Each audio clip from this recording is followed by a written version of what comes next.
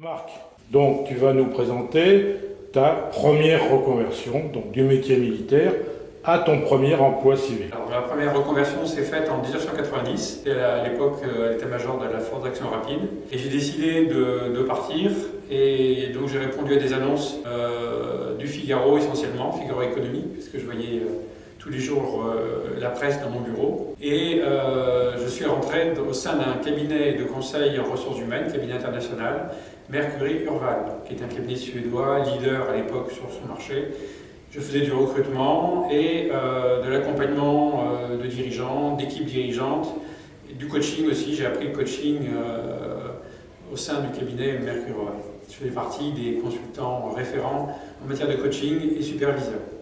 Donc, est-ce que tu peux maintenant m'expliquer comment tu as changé encore une fois de reconversion? Alors, il est déjà important de savoir qu'au sein même du cabinet Mercury Urval, j'ai changé puisque j'ai commencé en région parisienne comme consultant junior puis senior, et il m'a été confié la création et le développement de l'agence de Rennes, eu égard à mes origines bretonnes, que j'ai fait.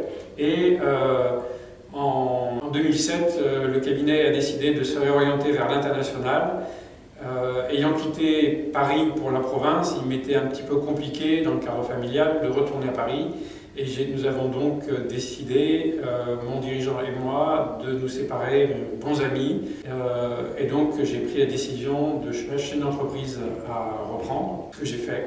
Et donc j'ai racheté en octobre-novembre 2007 une société en Poitou-Charentes. Quel était le but de cette seconde société? Alors le but, c'était de mettre en pratique l'expérience acquise dans mon métier de conseil auprès de dirigeants, donc de vivre en direct ce que je faisais vivre à mes clients, et puis aussi renforcer mes compétences, puisque je ne savais pas forcément comprendre un bilan, et je n'avais pas complètement connaissance et conscience des problématiques auxquelles un dirigeant a à faire face au quotidien à la tête de son entreprise. Si j'ai bien compris, donc tu as encore une fois arrêté cette activité. Et aujourd'hui, que fais-tu? Alors, au bout de 10 ans, un peu plus de 10 ans et demi à la tête de cette entreprise, et face aux difficultés de recouvrement des factures auprès de mes clients, ce qui rendait la tâche un peu rébarbative, pour ne pas dire parfois un peu repoussante, j'ai décidé d'arrêter l'activité et de reprendre mon ancien métier, enrichi par mon expérience de chef d'entreprise.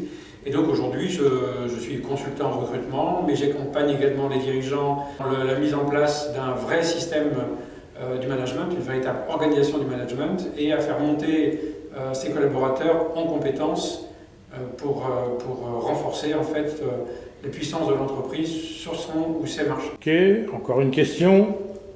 Avec l'acquis que tu as aujourd'hui de ta reconversion, des différentes formes de travail, quels seraient tes conseils à quelqu'un du réseau qui voudrait quitter la défense pour rentrer dans le civil?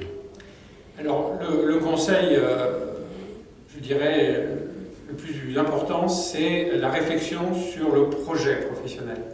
On est crédible en recrutement dans le monde civil que si l'on a un projet cohérent, à la fois cohérent dans le cadre professionnel, mais également cohérent avec ses contraintes familiales. Et enfin, une dernière question.